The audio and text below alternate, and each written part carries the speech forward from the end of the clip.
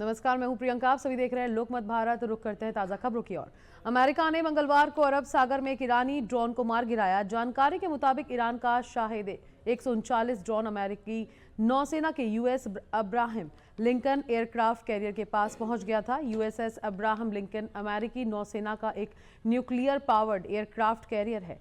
ये दुनिया के सबसे बड़े और सबसे ताकतवर वॉरशिप में से एक माना जाता है। अमेरिकी सेंट्रल कमांड के बयान के अनुसार अमेरिकी नौसेना ने आत्मरक्षा में F-35C फाइटर जेट से ईरानी ड्रोन को मार गिराया। अमेरिकी सेंट्रल कमांड ने इसे ईरान की तरफ से एक आक्रामक व्यवहार बताया है। फिलहाल ये स्पष्ट नहीं किया गया है कि ड्रोन किस मकसद से तैनात किया गया था। अमेरिका के अनुसार ड्रोन ने कमांड की तरफ से किए गए नॉन लेथल डिफ्यूजन कोशिशों के बावजूद अपनी दिशा नहीं बदली।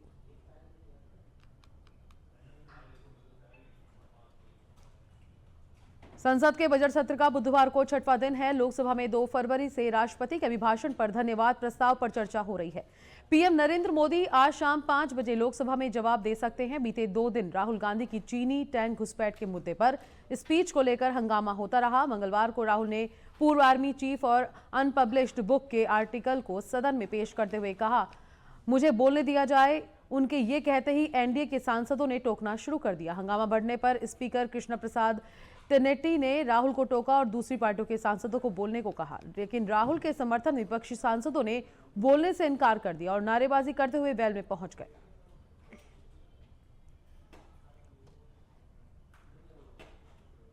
अमेरिका से ट्रेड डील पर भारत सरकार का पहला बयान सामने आया। मंगलवार को केंद्रीय वाणिज्य मंत्री पीयूष गोयल ने मीडिया से बातचीत में कहा कि इस डील में किसी के भी हितों से समझौता नहीं किया गया है। ये एक ऐसी डील है जिस पर हर भारतीय को गर्व होगा। उन्होंने कहा कि पीएम मोदी ने हमेशा एग्रीकल्चर और डेयरी दोनों सेक्टर को सपोर्ट किया है, उनके हितों की रक्षा की है।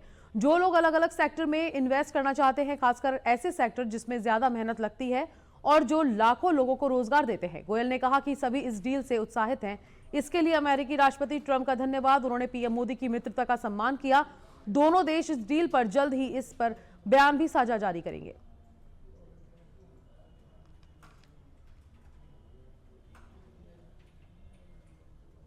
जम्मू कश्मीर के उधमपुर जिले के बसंतगढ़ इलाके में मंगलवार को सुरक्षा बलों और आतंकियों के बीच मुठभेड़ हुई। जैश-ए-मोहम्मद के एक आतंकी को गोली लगी। 2 आतंकवादी गुफा में छिपे हैं। सेना की व्हाइट नाइट कॉर के तहत CIF delta, Jammu Kashmir police और सीआरपीएफ की संयुक्त टीम ने आतंकियों की मौजूदगी की सूचना मिलने के बाद बसंतगढ़ इलाके में सर्च ऑपरेशन शुरू किया था। जानकारी के मुताबिक रामनगर के जाफर जंगल इलाके में छिपे आतंकियों ने सुरक्षा बलों पर फायरिंग कर दी थी। करीब 1 घंटे तक चली मुठभेड़ के दौरान एक आतंकी को गोली लगी, लेकिन वह अपने साथियों के साथ गुफा के अंदर चला गया। मंगलवार शाम करीब 7:30 बजे आतंकियों ने अंधेरे का फायदा उठाकर गुफा से बाहर निकलने की कोशिश की। इस दौरान फिर से फायरिंग हुई और फिर तेज धमाकों की आवाज सुनी गई। इसके बाद अतिरिक्त सुरक्षा बलों को इलाके में भेजा गया और घेराबंदी और कड़ी कर दी गई।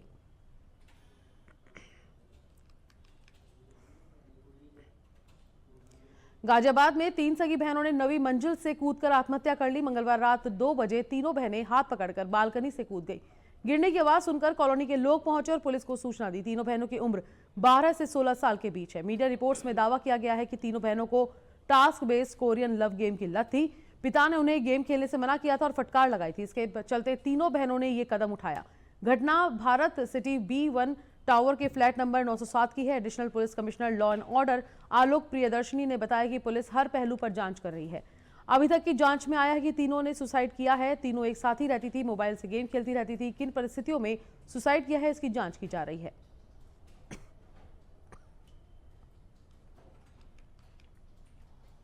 मुख्यमंत्री भजनलाल शर्मा ने कहा कि नशे के कारोबार में लिप्त गिरोह के विरुद्ध सख्त कानूनी कार्रवाई की जाएगी। उन्होंने पुलिस और प्रशासन को प्रदेश को नशा मुक्त बनाने की दिशा में विशेष अभियान चलाने के निर्देश भी दिए हैं। साथ ही उन्होंने गैंगस्टर्स और हार्डकोर अपराधियों के विरुद्ध कठोर से कठोर कानूनी कार्रवाई करते हुए प्रभावी अंकुश लगाने के विशेष दिशा निर्देश दिए। शर्मा ने मंगलवार को मुख्यमंत्री निवास पर गृह विभाग की उच्च स्तरीय बैठक की अध्यक्षता करते हुए कहा कि नशे की समस्या के उन्मूलन के लिए इससे जुड़ी आपूर्ति श्रृंखला के रूट का चिन्हीकरण करते हुए विशेष निगरानी रखी जाए। साथ ही सीमावर्ती क्षेत्रों में भी कड़ी निगरानी और सतर्कता सुनिश्चित की जाए।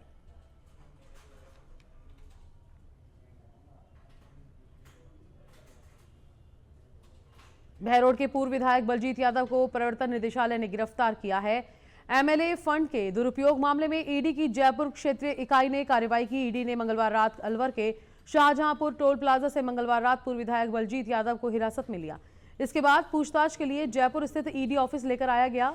यहां पूछताछ के बाद बलजीत यादव को गिरफ्तार कर लिया गया। पूर्व विधायक बलजीत यादव पर स्थानीय क्षेत्र विकास फंड से 3 करोड़ रुपए से अधिक की राशि के दुरुपयोग और गबन का आरोप है। जानकारी के मुताबिक जनवरी 2025 में पूर्व विधायक बलजीत के जयपुर में 8 और दौसा बहरोड में एक ठिकाने पर तलाशी ली गई थी।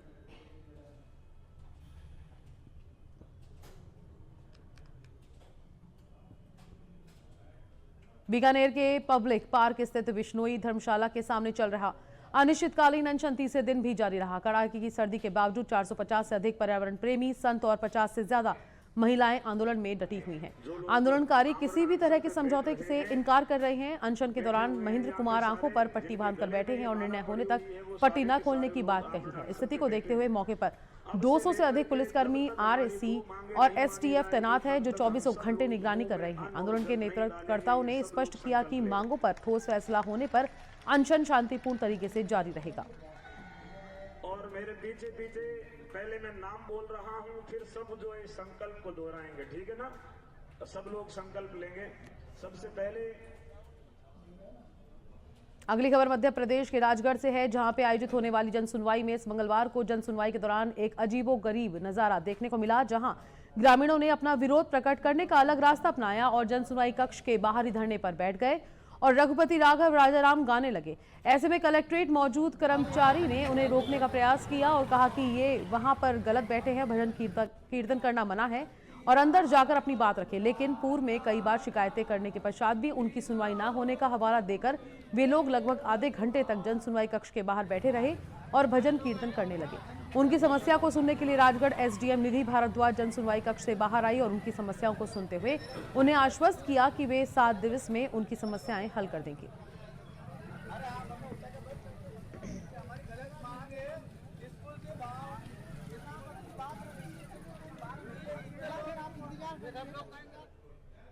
नरसिंहपुर पुलिस ने मुस्तैदी दिखाते हुए शहर की अब तक की सबसे बड़ी लूट की गुत्थी को महज कुछ ही घंटों में सुलझा लिया है। होटल कुसुम वैली में हुई लगभग 75 से 80 लाख रुपए की लूट की कहानी फिल्मी तरीके से निकली, जहां होटल के भरोसेमंद कर्मचारियों ने ही डकैती की पटकथा लिखी थी। इसका खुलासा एसपी ने एक प्रेस कॉन्फ्रेंस के दौरान किया। पुलिस ने बताया कि उक्त घटनाक्रम में लगभग 7 लोग शामिल थे, जिनमें से पुलिस ने होटल मैनेजर चंद्रेश रजक, राकेश कुमार शुक्ला, अनुज कुमार वाल्मीकि और मोनू को गिरफ्तार कर लिया है। वहीं शेष 3 आरोपियों की गिरफ्तारी के लिए टीम लगी हुई है, जिन्हें जल्द गिरफ्तार कर लिया जाएगा। पुलिस ने अब तक 66 लाख रुपए की नकदी बरामद कर ली है। शेष राशि और अन्य फरार साथियों की तलाश जारी है। सभी आरोपियों के खिलाफ एक नए कानून के तहत विभिन्न धाराओं में मामला दर्ज कर लिया गया है। आज रात में लगभग 2:30 के आसपास कुसुम वैली होटल में एक लूट की घटना कारित हुई थी। तत्काल हमारे थाना प्रभारी वहाँ पर पहुँचे, घटना स्थल का मुआयना किया, वरिष्ठ अधिकारियों को सूचना दिया। मैं और एडिशनल साहब, एसडीओपी साहब, हम सभी लोग वहाँ पर तत्काल सुबह 4 बजे कुसुम वैली होटल पहुँचे और पूरे घटनाक्रम को देखा, समझा। डॉग स्क्वाड को बुलाया, फिंगरप्रिंट को बुलाया, बारीकी से हमने जो सीसीटीवी फुटेज है उनको खंगाला और कुछ टेक्निकल एविडेंसेज कलेक्ट किए। उसके आधार पर हम लोग इस कंक्लूजन पे पहुँचे कि जो पूरी लूट की घटना कारित हुई है उसमें लगभग एक तो 75 से 80 लाख रुपए का जाना बताया गया था और घटना की गंभीरता और जो अमाउंट है उसको देखते हुए हमने इसमें तत्काल टीमें गठित की गई और सीसीटीवी फुटेज के अवलोकन में ये मालूम चला कि एक कर्मचारी, चंद्रेश करके कर्मचारी जो कुसुम वैली होटल में काम करता है, उसकी हमें जो कुछ गतिविधियां सीसीटीवी में संदिग्ध लगी। श्योपुर में पुलिस ने राजस्थान श्योपुर सीमा पर नाकाबंदी कर 635 पेटी अवैध अंग्रेजी शराब से भरा एक ट्रक जब्त किया है। इस कार्रवाई में 2 आरोपियों को भी गिरफ्तार किया गया है। जब्त की गई शराब और वाहन की कुल कीमत करीब 58,90,000 रुपए आंकी गई है। पुलिस को मुखबिर से मिली सूचना के आधार पर थाना देहात की टीम ने खातौली श्योपुर रोड पर जलालपुरा चौकी के सामने में नाकाबंदी की थी। श्योपुर के देहात थाना क्षेत्र में आज ग्वालियर से आ रहे एक लोडिंग ट्रक को रोका गया, जिसमें पूछताछ पर पहले तो ड्राइवर आनाकानी करता रहा, लेकिन जब पुलिस ने थोड़ी सख्ती दिखाई तो ड्राइवर गाड़ी से कूदकर भागने लगा। तभी पुलिस ने घेराबंदी कर ड्राइवर को पकड़ा और ट्रक में बैठा एक अन्य व्यक्ति को भी गिरफ्तार किया गया। जब ट्रक को पीछे का देखा गया, खोला गया तो उसमें भारी मात्रा में अंग्रेजी शराब भरी हुई थी। काफी देर पूछताछ के बाद जब ड्राइवर ने बोला तो उसने बताया कि राजस्थान में कफाने जा रहे थे।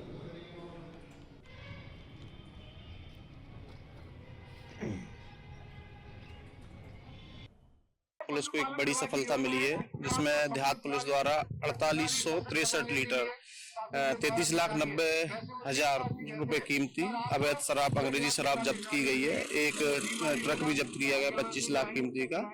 लगभग 58 लाख रुपए कीमती का मसरूका देहात पुलिस द्वारा जब्त किया गया है। कितनी पेटियां हैं शराब? उसमें 635 पेटियां हैं अंग्रेजी शराब की, जो अलग अलग तरह की उसमें शराब जब्त की गई है। इंदौर के भागीरथपुरा में दूषित जल से 30 से अधिक लोगों की हुई मौत के मामले में कांग्रेसियों ने इंदौर के राजवाड़ा पर धरना प्रदर्शन किया, जिसमें मुख्य रूप से प्रदेश कांग्रेस के अध्यक्ष जीतू पटवारी भी मौजूद रहे। कांग्रेसियों ने मांग की है कि मंत्री कैलाश विजयवर्गीय और महापौर पुष्यमित्र भार्गव इस्तीफा दें और मृतक जनों के परिवारों को 1-1 करोड़ का मुआवजा दिया जाए। आपने इनके वीडियो बनवाए, सबको कहा कैलाश विजयवर्गीय हमारे भगवान, बोल दिया कि इनको राशन दे। बोलोगे क्या? तो मैंने बोला भैया हम राशन थोड़ी लेने आए हैं, हम तो मदद लेने आए हैं। जो सबकी मदद करी है आपने, हमारी भी बड़ी मदद की। क्या बेचना है बता। इंदौर शहर को भी, पूरे देश को भारतीय जनता पार्टी के कुकर्म और उनकी सरकारी हत्याओं का पाप पूरे देश के सामने लेके गए। अभी एक गिलास शुद्ध 25 साल में जल न दे सकी इंदौर वासियों, ये नगर निगम बैठी हुई है, ये भारतीय जनता पार्टी की सरकार बैठी हुई।